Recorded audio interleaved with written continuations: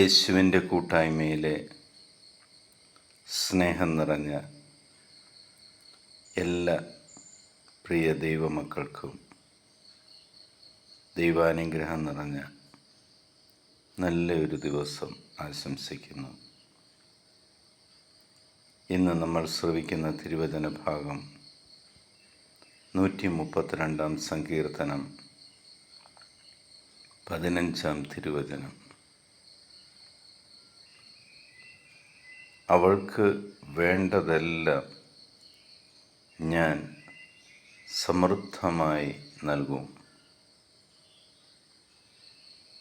ഞാൻ അവളുടെ ദരിദ്രരെ ആഹാരം നൽകി സംതൃപ്തരാക്കും.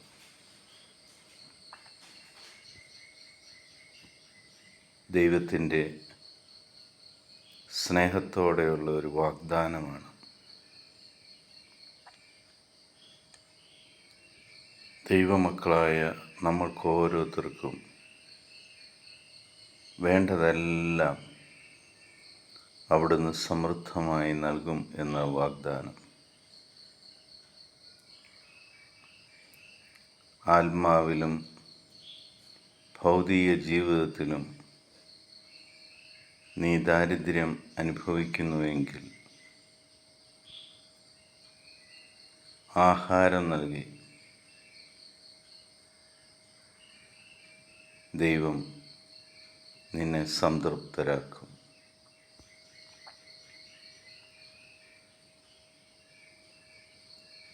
നമ്മൾ നമ്മുടെ ജീവിതത്തെക്കുറിച്ച് പരിഭവിക്കുന്നതിനോ പരാതി പറയുന്നതിനോ ഇല്ല എന്ന് പറയുന്നതിനോ പകരം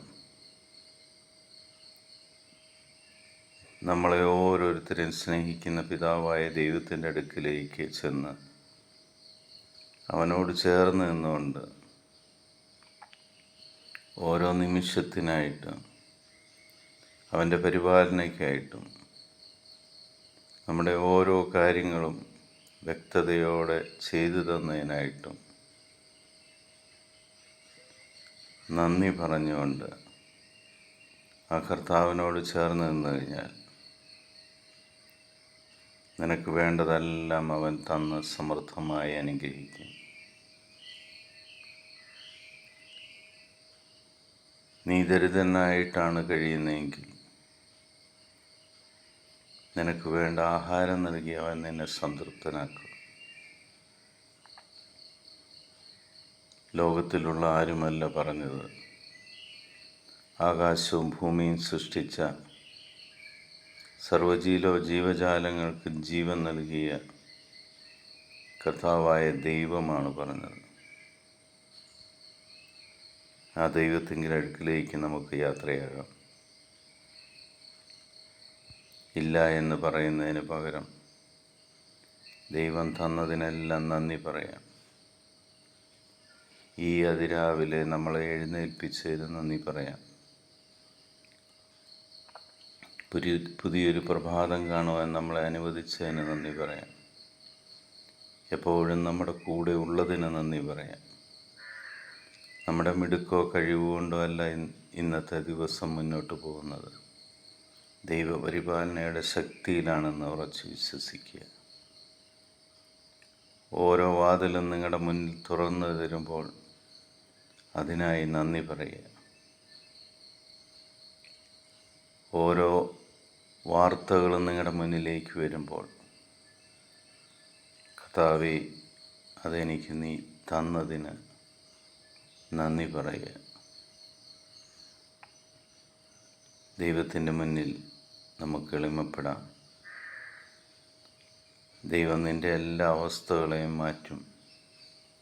അവൻ നിന്നെ പരിപാലിക്കും.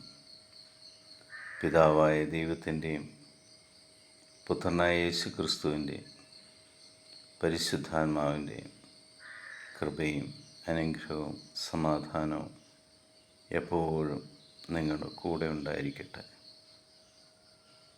നിങ്ങൾക്ക് വേണ്ടതെല്ലാം, മക്കൾക്ക് വേണ്ടതെല്ലാം കൊടുത്ത് ദൈവം അവരെ എല്ലാവരെയും സമൃദ്ധമായിട്ട് അനുഗ്രഹിക്കട്ടെ. ഈ നിമിഷം ലോകത്തിലെ 830 കോടി അതിലധികം വരുന്ന എല്ലാ മക്കളെയും ദൈവത്തിൻ്റെ തിരുഹൃദയത്തിലേക്ക് നമുക്ക് സമർപ്പിക്കാം.